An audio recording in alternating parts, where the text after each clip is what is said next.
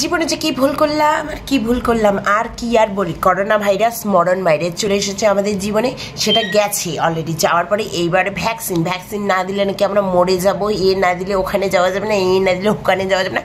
Vaccine তোমাকে দিতেই হবে, মানে মরার জন্য তুমি ওইখানটা মরবা না তো পরে মরবা।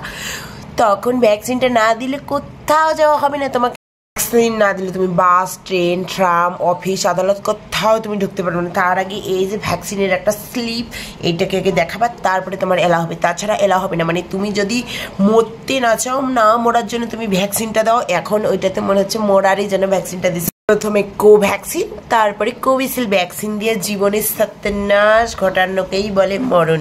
বাঁচতে হবে, বাঁচার তোমাকে হবে না। বাঁচার জন্য ভ্যাকসিন দিয়েছি না, এবার মরার জন্য প্রস্তুত হও। মানে হার্ট অ্যাটাক, ব্রেন স্ট্রোক, রক্ত জমাট বাঁধা, আর যে কী কী শুনবো। আর কিছুদিন পর গোটা দুনিয়াটাকে ধ্বংস করে দিবে এসব ভুলভাল ভ্যাকসিন। করোনা আর বাঁচা মনে হয় হলো না, শেষ করে দিল আমাদের, শেষ ভ্যাকসিন দিয়া।